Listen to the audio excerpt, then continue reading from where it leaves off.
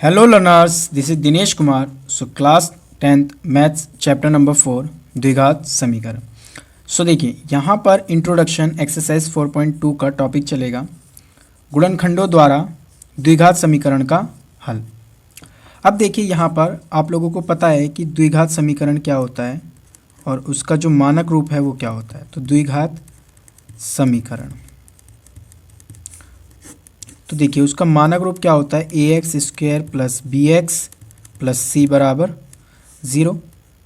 ठीक है, तो ये हमारा द्विघात समीकरण का क्या होता है, मानक रूप होता है। अब देखिए यहाँ पर हम लोगों को इस टॉपिक को समझने से पहले हम लोगों को क्या समझना है कि द्विघात समीकरण का हल क्या है या मूल क्या है। तो यहाँ से देखिए इतना इतना जो टॉपिक है, इतना इतना जो पोर्शन है, पहले हम लोग ये समझते हैं कि द्विघात समीकरण का हल क्या होता है। ओके, सो उसके लिए मैं आपके एक द्विघात समीकरण लेता हूँ, 2x square minus 3x plus 1 बराबर 0। ओके, सो यहाँ से अब हम इसमें क्या करते हैं कि x बराबर 1 पुट करते हैं, x बराबर 1। सो देखिए लेफ्ट हैंड साइड में x बराबर 1 पुट करेंगे। सो देखिए क्या होता है, x स्क्वायर यानी 1 का स्क्वायर माइनस 3 इंटू 1 प्लस 1। आगे सॉल्व करिए तो 2, 1 का स्क्वायर 1 माइनस 3 और यहाँ से प्लस का 1, तो 2 माइनस 3 प्लस 1। तो यहाँ से देखिए ये क्या हो जाएगा, हमारा 0 हो जाएगा। और देखिए ये किसके बराबर आएगा, हमारा राइट हैंड साइड के बराबर आएगा। ओके, सो यहाँ से हम लोग कह सकते हैं कि जो ये एक है x बराबर 1 जो है, ये क्या है, इस द्विघात समीकरण का एक क्या है, हल है या मूल है। ठीक है, यहाँ पर जो हल और मूल है क्या है, एक ही शब्द है। हल और मूल का मतलब एक ही है। ठीक है, आप लोगों को ये समझना है। तो यहाँ से हम लोग कहेंगे कि जो ये 1 है, ये द्विघात समीकरण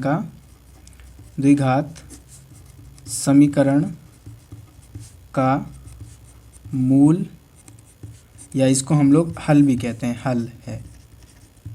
ओके, अब ध्यान से देखिए एक चीज़ और आप लोग, कि इस इक्वेशन की यानी इस समीकरण की अगर इतनी इतनी साइड देखिए आप लोग, ये जो हमारी लेफ़्ट हैंड साइड है, लेफ़्ट हैंड साइड, ये एक द्विघात बहुपद है जो आप लोगों ने चैप्टर नंबर 2 में पढ़ा था। देखिए यहाँ से मैं यहाँ से समझाता हूँ। देखिए जो इसका ये मानक रूप है, तो यहाँ से ये इतनी इतनी साइड, इसकी लेफ़्ट हैंड साइड, तो यहाँ से देखिए ये लेफ़्ट हैंड साइड जो है इसका क्या है, ये एक बहुपद है। तो हम लोग कह सकते हैं कि चैप्टर नंबर 2 में हम लोगों ने देखा था कि बहुपद के क्या होते हैं, शून्यक होते थे। तो यहाँ से जो ये एक है, हम लोग ये भी कह सकते हैं कि ये बहुपद का क्या है, एक शून्यक है। तो यहाँ से देखिए एक द्विघात बहुपद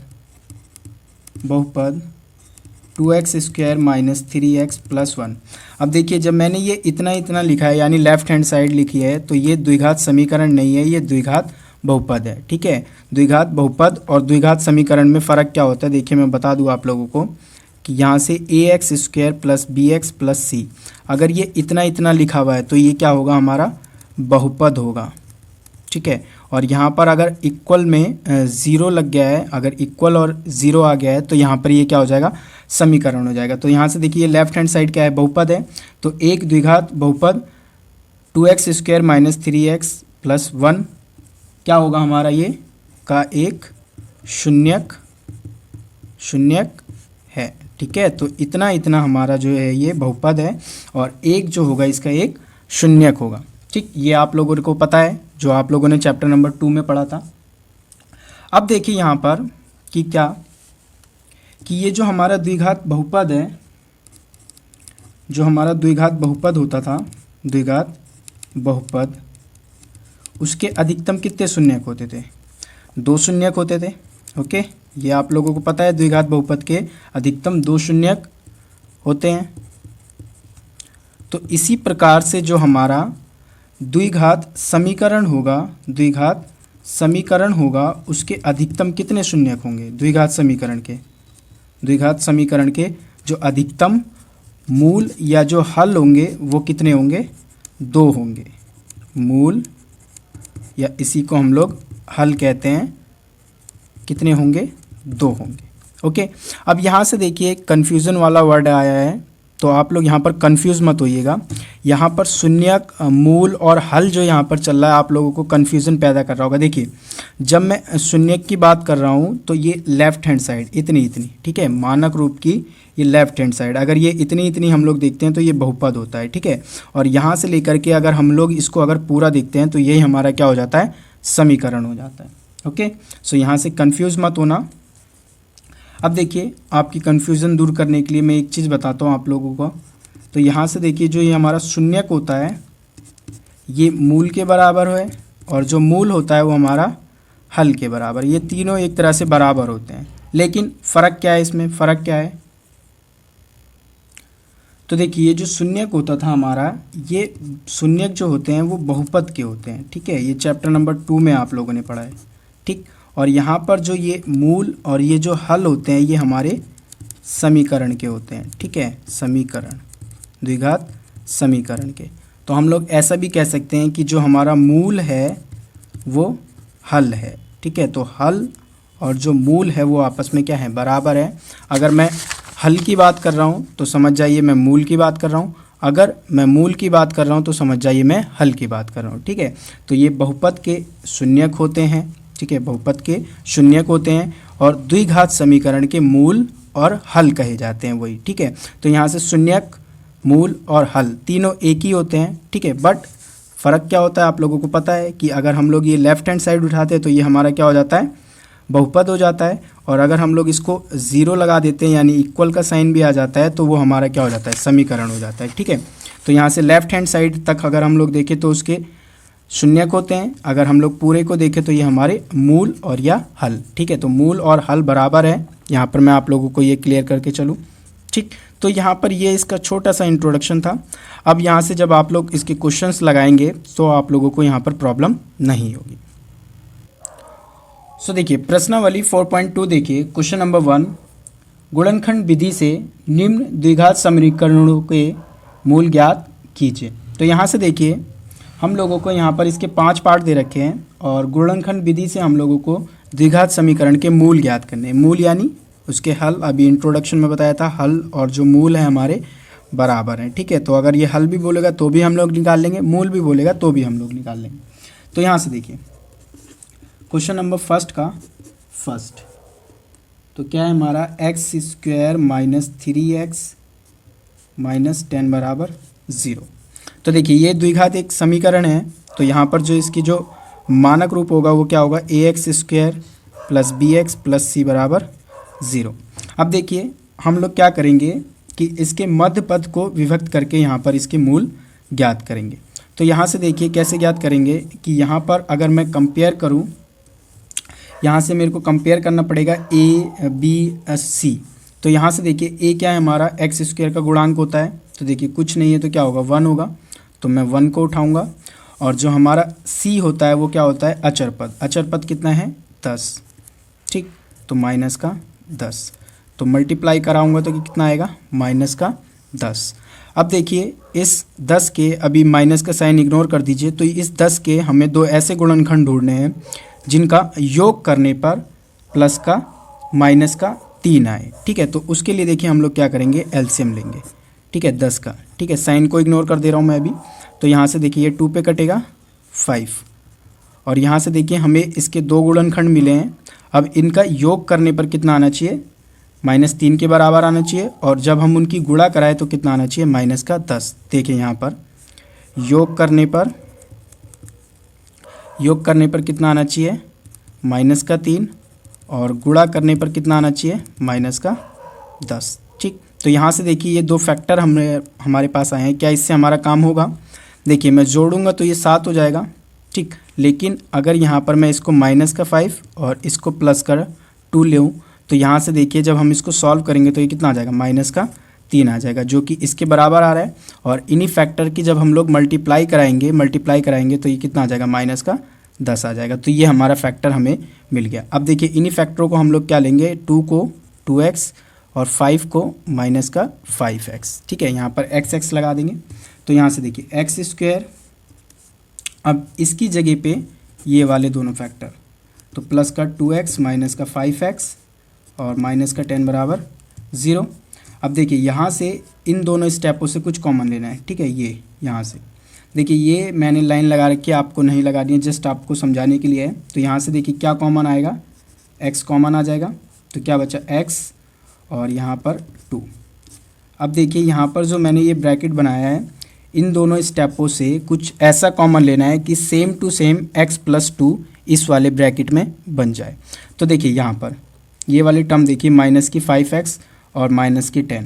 तो यहाँ से मुझे देखिए यहाँ पर इस स्टेप पे मुझे क्या चाहिए, सिर्फ x चाहिए। तो यहाँ पर है कितना, माइनस का 5x, और देखिए x मुझे प्लस का चाहिए। तो यहाँ से देखिए मैं क्या करूँगा, पहले तो मुझे ये 5 प्रॉब्लम दे रहा है क्योंकि सिर्फ मुझे x चाहिए, ठीक। दूसरी बात ये कि मुझे इसका साइन प्लस का चाहिए, है ये माइनस का, तो मैं क्या करूँगा, एक माइनस का साइन कॉमन ले लूँगा। तो यहाँ से देखिए क्या होगा, x बच जाएगा, और जब यहाँ से माइनस कॉमन लूँगा तो ये प्लस का हो जाएगा, और जब यहाँ से 5 कॉमन जाएगा, देखिए कॉमन लेने का मतलब क्या होता है, कितना कॉमन ले रहे हैं हम लोग, 5 कॉमन लिया है, तो इसको इससे डिवाइड कर दीजिए, 5 1 जा 5, 5 2 जा 10, तो यहाँ पर प्लस का 2, ठीक। अब देखिए इन सब में क्या कॉमन है, तो x प्लस 2 और x प्लस 2, तो x प्लस 2 बाहर आ गया, बच क्या गया x माइनस 5 बराबर 0। अब देखिए यहाँ पर हमें इसके मूल निकालने हैं, तो एक बारी इसको 0 के बराबर और एक बारी इसको 0 के बराबर। देखिए ये लाइन आपको नहीं खींचनी है, जस्ट आपको समझाने के लिए बताया गया है। तो यहाँ से देखिए x प्लस 2 बराबर 0 या x माइनस 5 बराबर 0। तो यहाँ से देखिए ये प्लस का उधर जाएगा, माइनस का हो जाएगा, तो x बराबर माइनस का 2, और यहाँ से देखिए माइनस का उधर जाएगा प्लस का, तो x बराबर 5, ठीक। तो ये इसके दो मूल है और ये हमारा आंसर है। अब देखिए इसका सेकंड पार्ट देखिए,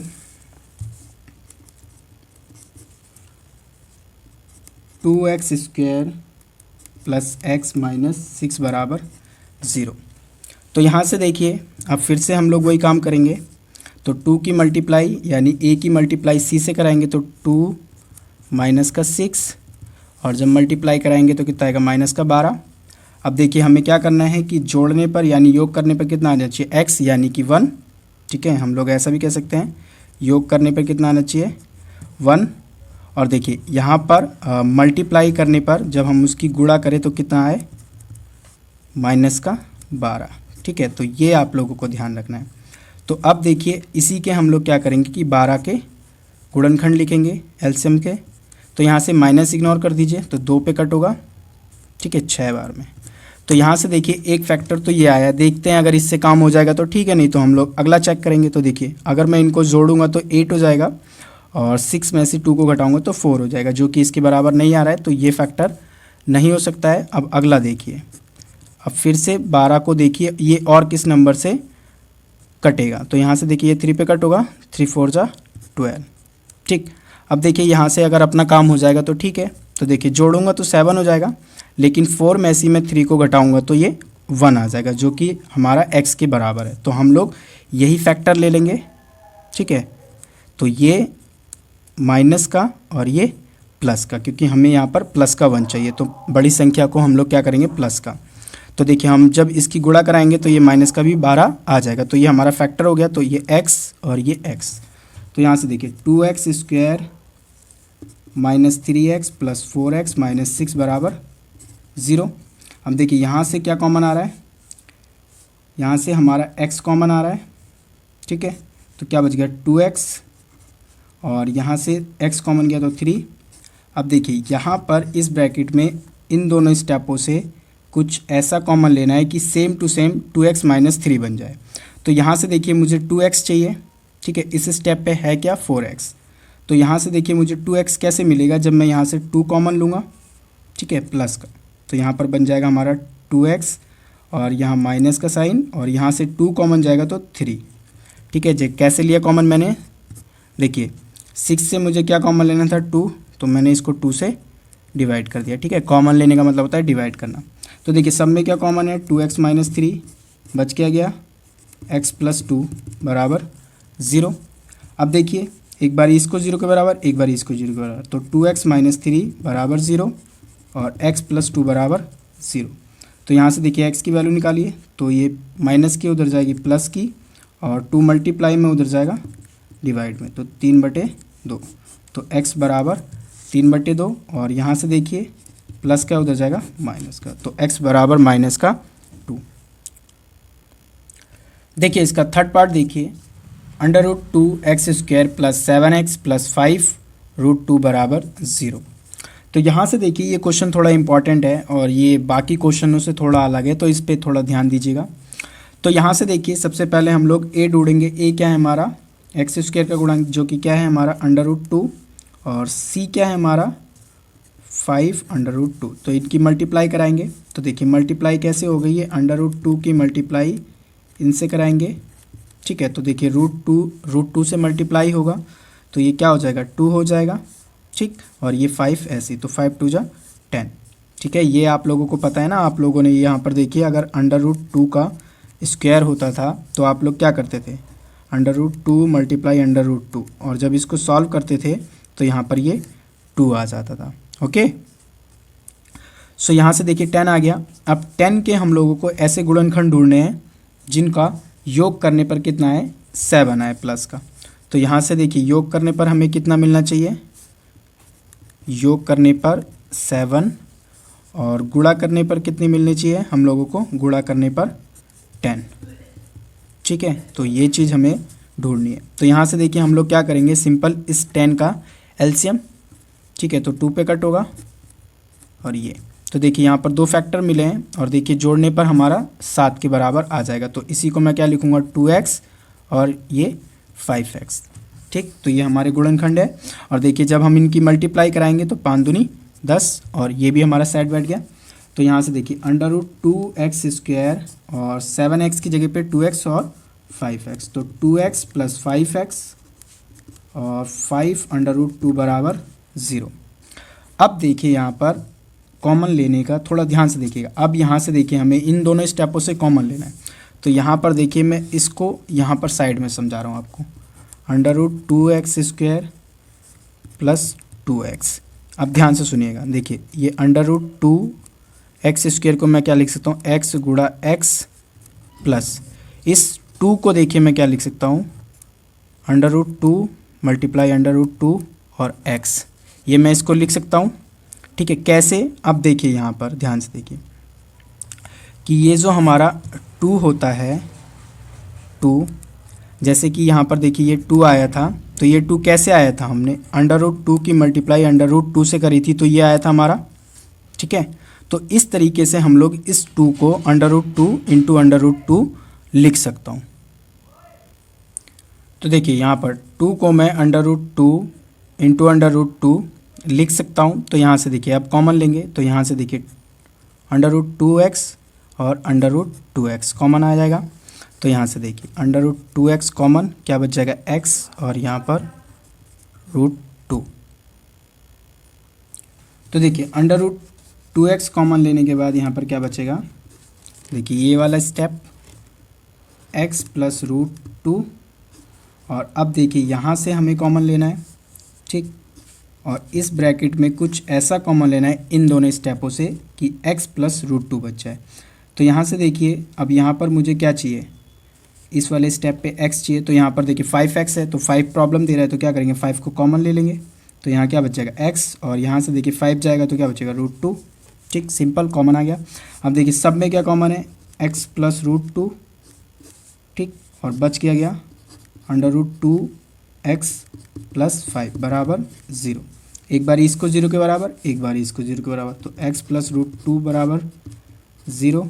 और यहाँ से देखिए एक बार under root 2x plus 5 root बराबर 0। तो यहाँ से देखिए ये प्लस का है, उधर जाएगा माइनस का हो जाएगा, तो x बराबर माइनस का अंडर रूट 2।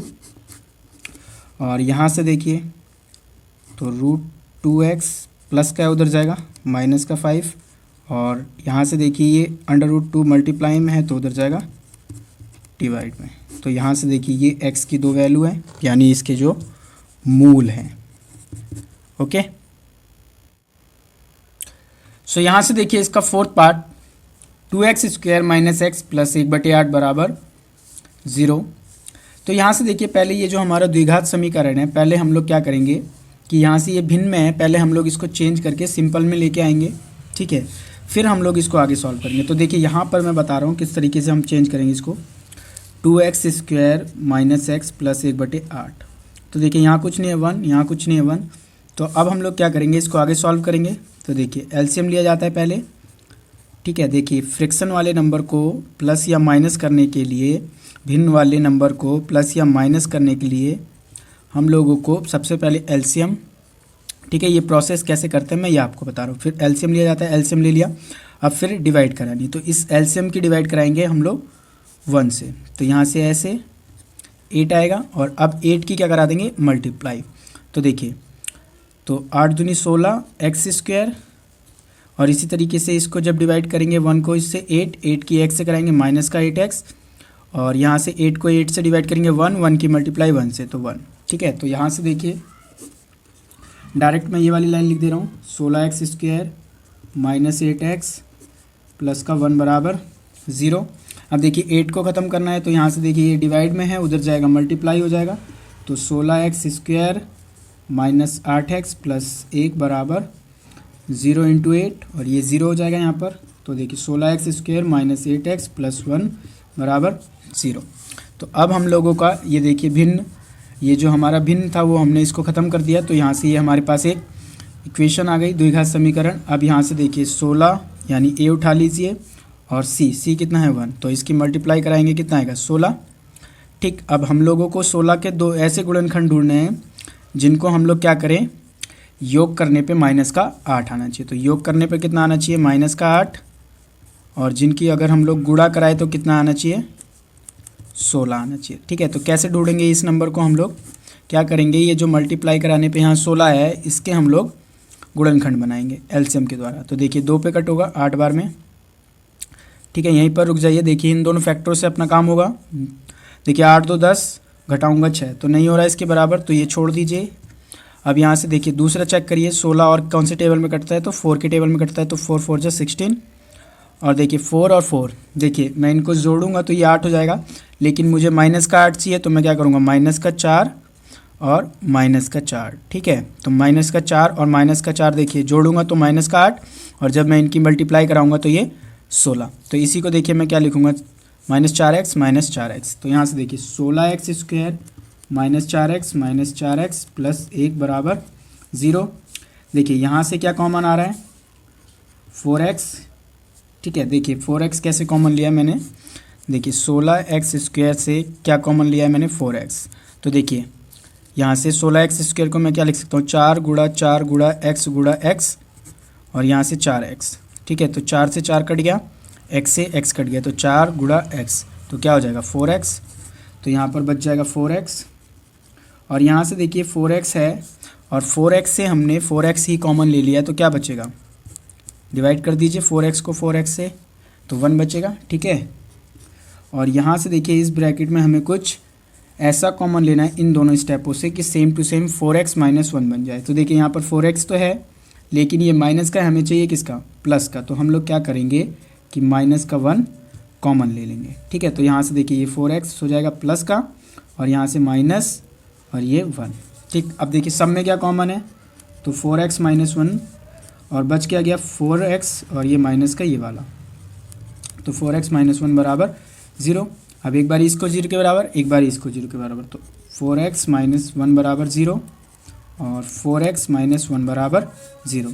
तो यहाँ से देखिए माइनस का उधर जाएगा प्लस का, और 4 मल्टीप्लाई में उधर जाएगा डिवाइड में, तो 1/4, ठीक। इसी तरीके से सेम यहाँ पर भी आएगा, ठीक है, क्योंकि सेम फैक्टर है।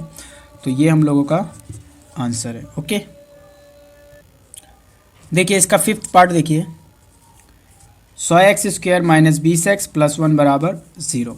तो यहाँ से देखिए अब x स्क्वायर का गुणांक कितना है, 100 है, अचर पद यानी c कितना है, 1 है, तो मल्टीप्लाई कराएंगे 100 आएगा, ठीक है। अब हमें इस 100 के क्या करने हैं, दो ऐसे गुणनखंड ढूंढने हैं जिनका हम लोग योग करें तो कितना है, -20, और जिनकी हम लोग गुणा करें तो कितना है,